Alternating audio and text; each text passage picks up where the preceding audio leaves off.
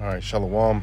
First and foremost, I want to give all honor, glory, and praise unto Yahweh, Bahasham Yahushai, Bahasham Rakankwadash.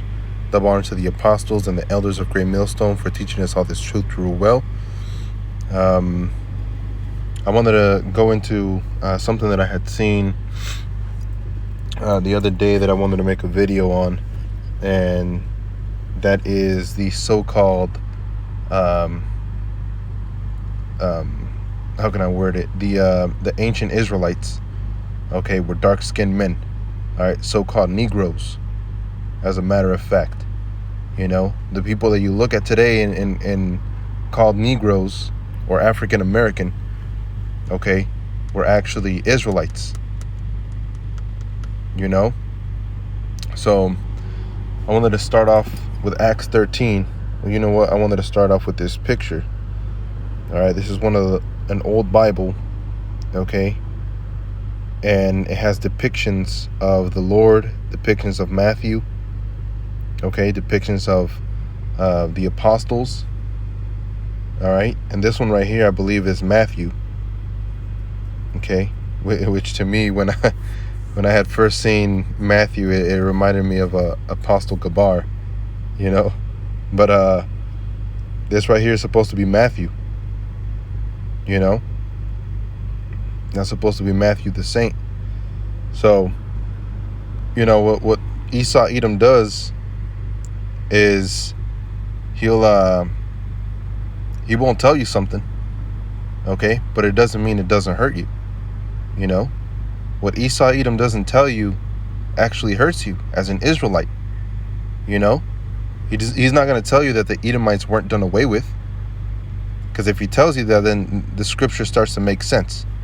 Okay? He's not going to tell you that you so-called Negroes, Latinos, Native Americans are Israelites. Okay?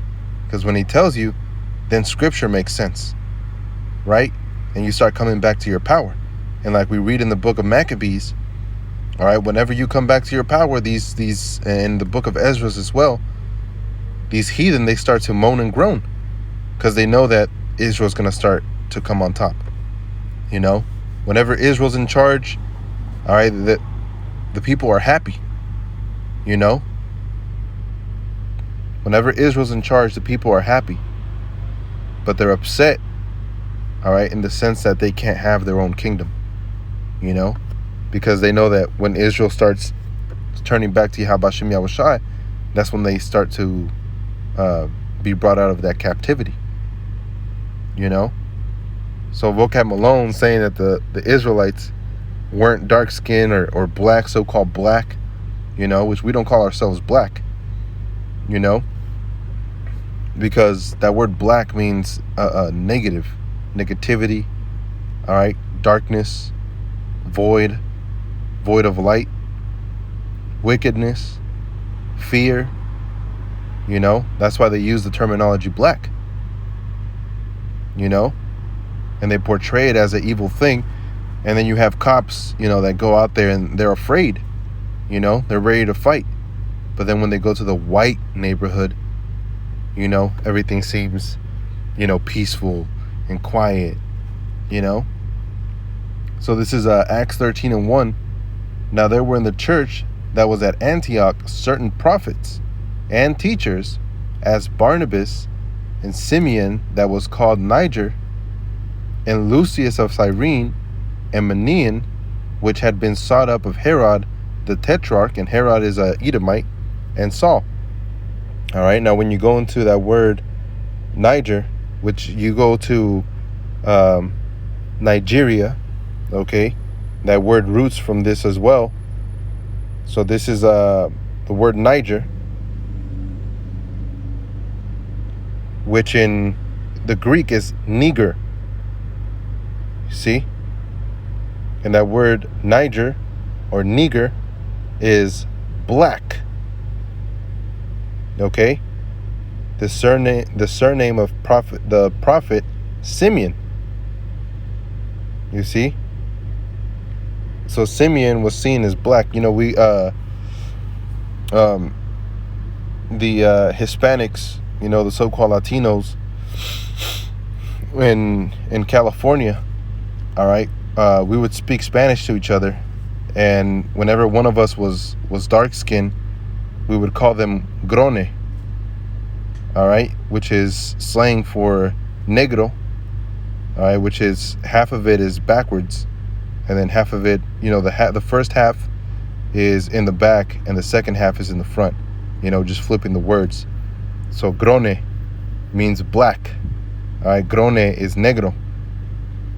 You have a lot of Jakes from the Latin tribes that call each other black, based off of how dark your skin is, So it'd be negro or grone. That's the same thing I see, all right, with Simeon that was nicknamed Niger, or Niger, which means black or dark skin,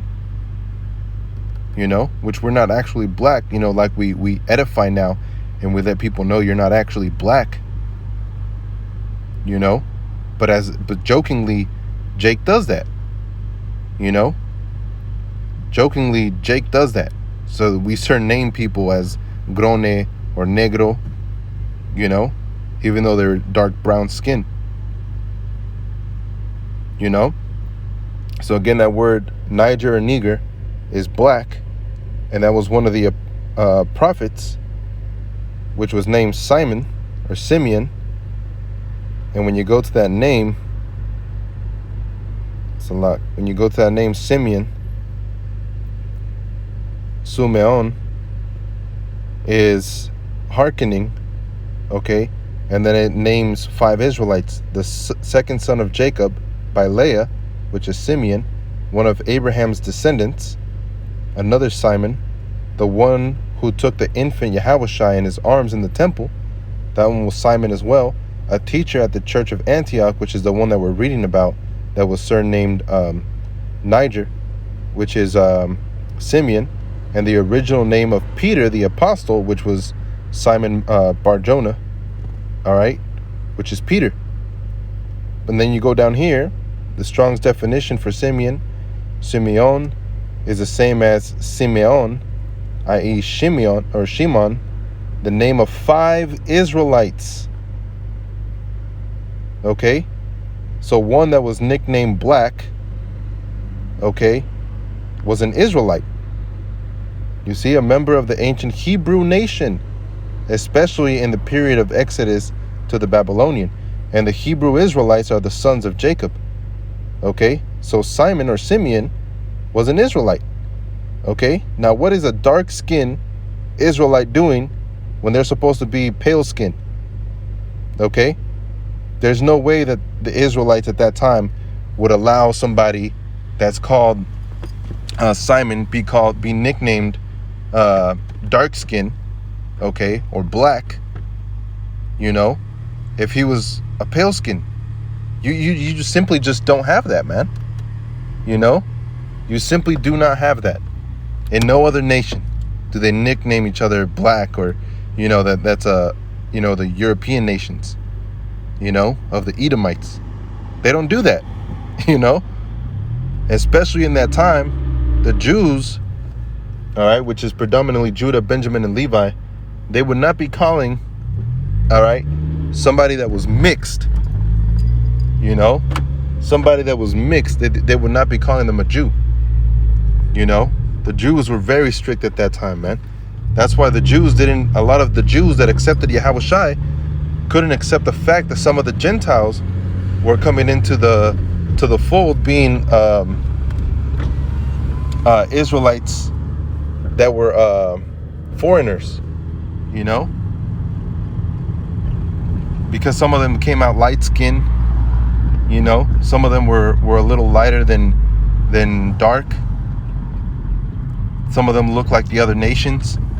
So a lot of the Jews were like, how are these Israelites, light-skinned, looking like Gentiles, accepted into the fold of Bashim Yahushai? But that's just one example, as far as prophets go, and that picture of Matthew, which clearly depicts a dark-skinned man,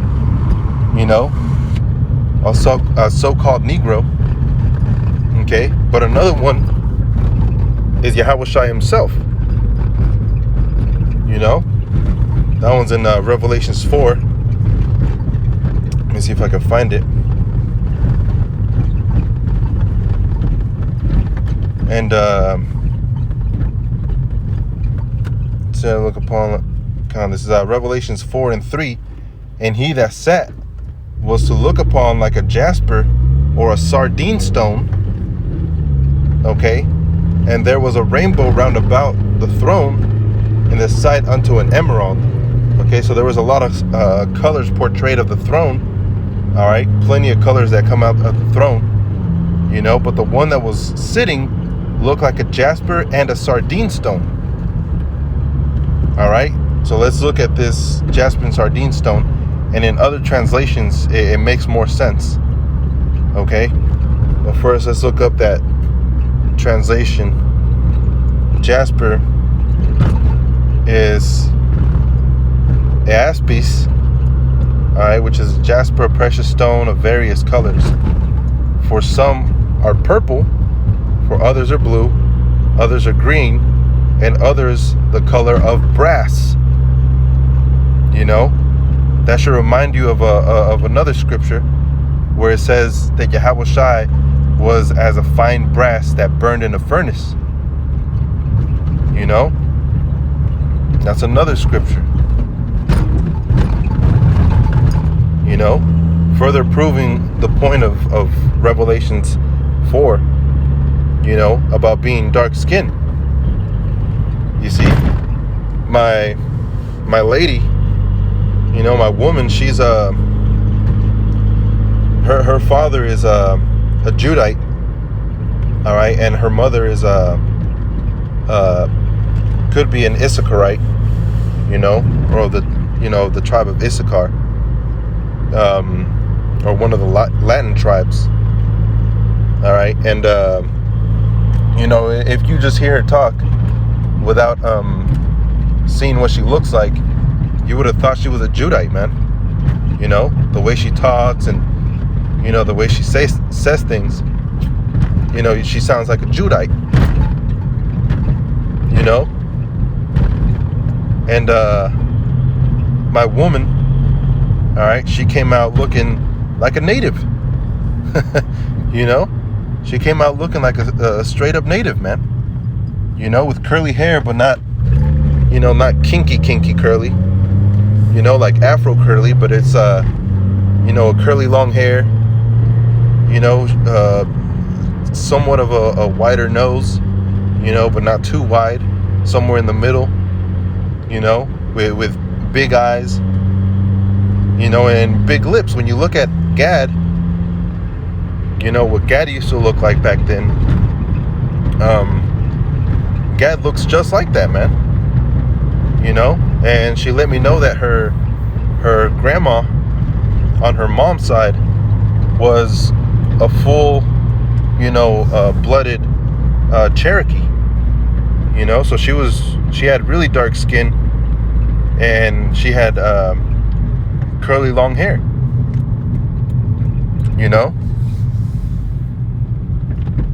But we don't have to prove our genus, our ancestors.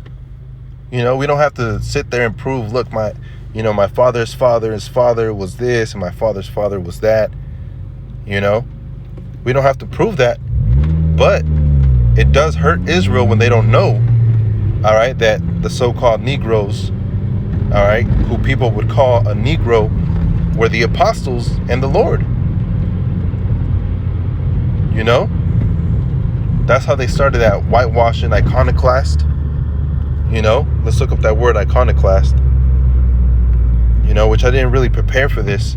If I would have probably done a big lesson on it. But iconoclasm, all right, the action of spirit of iconoclast. It doesn't say anything. Let's go back.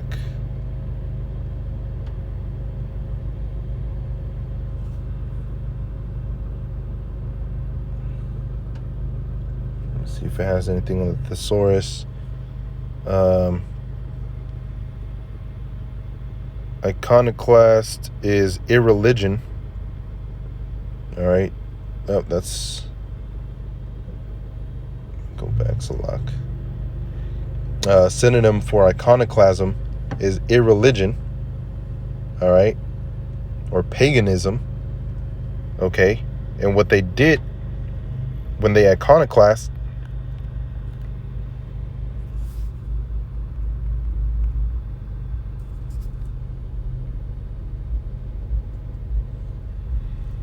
it says a person who attacks cherished beliefs or institutions. All right. So during the time of Yahushua, and even before that and after, there was iconoclast that was going on, especially after, during the Dark Ages, you had Jakes that were ruling over Europe, and what Esau Edom did was go into those nations, into those pieces of land, and infiltrate. Okay, and they ended up putting their faces on everything. Once they started taking over. That's why you have a lot of statues of world leaders or of leaders, that have the nose chipped off. They have the lips chipped off. Sometimes the only thing that they have is the upper nose, the eyes, and the hair. And the rest of the facial pieces are missing. So iconoclast is a person who attacks cherished beliefs, i.e. Hebrew Israelites, all right, the Mashiachim, all right, the true Christians. The true Christian believe, okay, that the Israel's going to be delivered.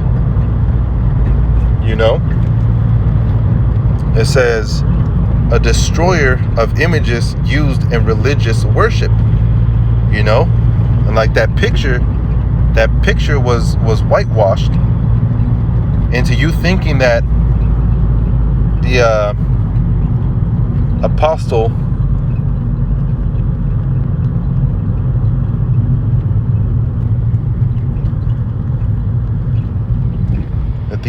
Matthew looked like a so-called white man.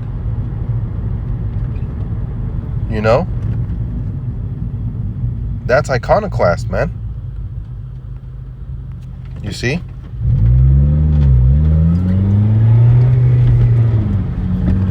And especially with the beard thing, you had a lot of dark-skinned Jakes, okay, that ruled, during the Byzantine Empire. And that's when really you start seeing a lot of the rulers have beards, and it's shown that they were dark-skinned men with woolly hair, So then they want to depict the apostles and Yahushua with pale skin and with beards, man. But as we see in this picture, that's what the apostle Matthew really looked like, man. You can see the woolly hair. It doesn't take long or take much, I should say, to see the woolly hair, man. You can see it right away. You can see it right away. He was a so-called Negro. So moving on to Revelations chapter 4 and verse 3. And he that sat was to look upon like a jasper and a sardine stone. And I bought a sardine stone. I wish I would have taken a picture so I would have been able to show that as well. But let me look here. Sardine. And it says, sardius, a precious stone of which there are two types. The former is called Carnelian Stone. Okay, which is what is referring to the Carnelian Stone because of flesh colored. And the latter is a sard. All right. So one that relates to the flesh, right? When you look up the carnelian stone,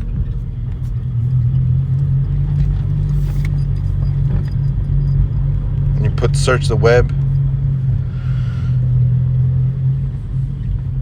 all right, what comes up is a reddish, brownish looking stone, you know? That's a carnelian stone, man. It's a lock. I don't know what the hell's going on with this thing. You know? So it says carnelian is a brownish red mineral that is commonly used as a semi-precious gemstone. You know? It doesn't say pale skin. All right? It says brownish. You know? Which we, all right, are brown. You know? That's why we say there's no such thing as a black Hebrew Israelite. You know? We're brown. We're all brown, different shades of brown. The only ones that are not brown, all right, clearly brown, are the Edomites. You know? And then you have the Hamites that are really, really dark, burnt, you know, brown. You know, or the Hamites, Hamites. You know, you have some that are the original Egyptian are extremely dark, man. Those would be considered black. You know, when you look at their skin and how their skin was, it's like the Sudanese, all right, or the people from Sudan. Those dark skin people. You know, that's what the Egyptians look like, man. But look at this, the carnelian stone, man. All right, it looks like flesh. You know, a fleshly brown skin, brown tone. You know, so it's brownish red, and that's what it means by King David being ruddy. You know, it doesn't mean he looks like what's this white dude from if you ever seen Harry Potter, the uncle. All right, whenever he gets upset, you know, it looks like pimples on his cheeks, you know, from how red he gets, and the blood shows forth through his skin. You know, that's not what that's talking about. You know, because King David, you know, according to the scriptures, was a beautiful looking man. You know, King David was a beautiful looking man, and he was ruddy. All right, kind of like a red bone, you know, a brownish red, which is it's a beautiful color to see, man. You know, none of that, you know, sunburnt Edomite looking thing. You know, so it says the carnelian stone is because of a flesh colored, which is brown. All right. So it says Revelations 4:3, and he that sat was to look upon like a jasper, which is one of the colors of jasper is brown, and a sardine stone, which again, the sardine stone is a carnelian stone. And to prove it, when you go to the, I believe it was the NIV, and it says Revelations 4:3, that one says ruby, which ruby has a red tone to it. And then when you read it in the CSB, it says carnelian stone, all right, to specify exactly what it is. All right, so it's a reddish brown, you know, not more clear, not more, you know, it's a reddish brown carnelian stone. And that's the same thing that we looked up a minute ago, right? So see, down here it says tumbled carnelian stone for creativity, and it's a brownish reddish color, you know, like a red bone. You see? So it's really talking about a brown skin, okay? A brown skin that he's noticing, you know? And he that sat that was to look upon like a jasper and a sardine stone. All right, so he had a brown color to him, you know? And there was a rainbow round about the throne, and the side unto an emerald, you know? But it's talking about him being a brown skin, you know? There's another one where it talks about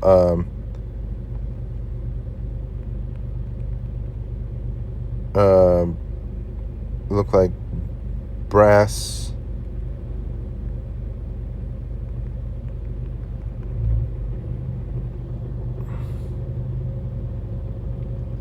Brass has a burnt.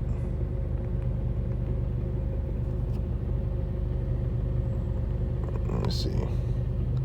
Can't remember exactly where it was. It was Revelations 2, it might have been.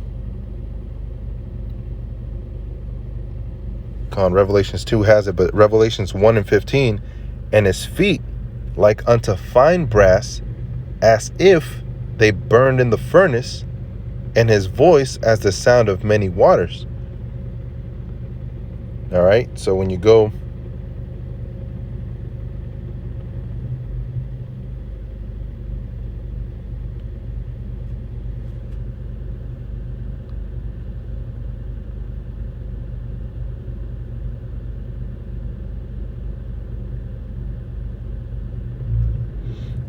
to Revelations 1 and 14, his head and his hairs, not talking about his face, all right, his head meaning the top of his crown, and his hairs meaning the hairs on his face, were white like wool, as white as snow, and his eyes were as a flame of fire.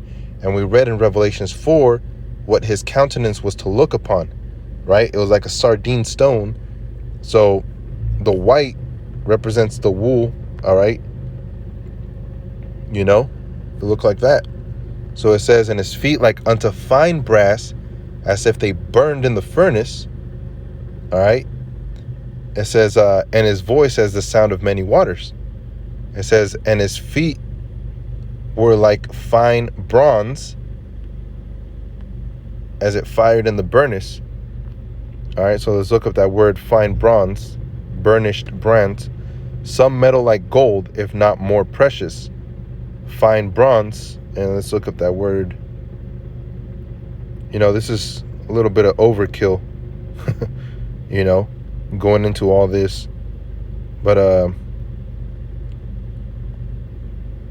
again, copper. Let's see if it shows anything. Copper is a chemical element with the symbol Cu. It doesn't say anything. All right, but you see that copper element right there. That's dark. Copper, gold, silver. I'm trying to look for brass. There it is. Or bronze, which bronze would be better to look at, because brass is bronze. You know.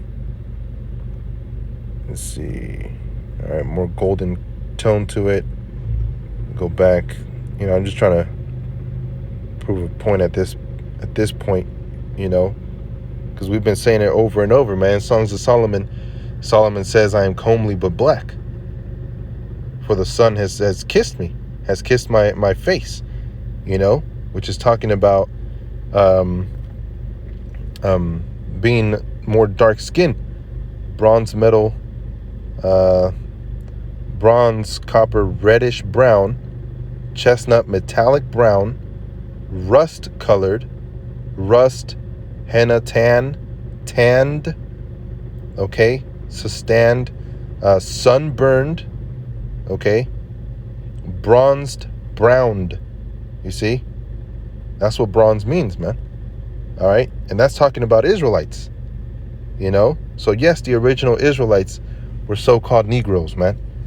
You know, people want to say, yeah, they were brown, but they weren't Negroes, you know, trying to say they look like the people of the Middle East. Well, you look at the people of the Middle East, and you might confuse some of them with so-called Negroes. You know, the ones that are in Israel now are the only ones that are pale skinned, man. Okay? They're the only ones that are pale-skinned in the Middle East. You know? Everybody else is dark-skinned with curly hair. You know? And you have the Igbos, you know, which were the people that were put into slavery as well as the Nigerians, all right, which again, Niger means black or dark, you know, and the Igbos, that word it signifies Eber, okay, which means Hebrew, or Ibaria, you know. So there's more than enough evidence out there, man, to, you know, we could go on and on with different scriptures and, you know, prove the point, you know. But what they don't tell you does hurt you, you know, because then you just think you're a so-called Negro, you know, from Africa, and you just do whatever you want to do, you know. You're in this land, and you know, you just start going into different things, man. You don't start following the Lord, you know, because if they would have told you in school the so-called Negroes, all right, are descendants of the Israelites, you know, then what do you start doing? You start following your heritage, you know. When we learned we were our ancestors are Israelites, you know, and that we're Israelites, what did we do? We turned to the Lord, man. Try to follow the law, statutes, and commandments to the best of our ability, following the Sabbath, which right now is the beginning of a Sabbath, you know, until Saturday sundown. You know, we look up at the moon and see when the Sabbath is coming, you know, when holidays are coming, when actual holidays, holy days are coming, you know, for signs and the times. Coming back to our heritage was a beautiful thing, man, you know, and it wasn't something that we learned in school or through a theological seminary school, you know. This is something that was through the Spirit, man. You know, so I hope that was edifying. And with that, I want to give all honor, glory, and praise unto Yahweh, Bahasham Yahweh Shai, Bahasham Rakakwadash, Shalom.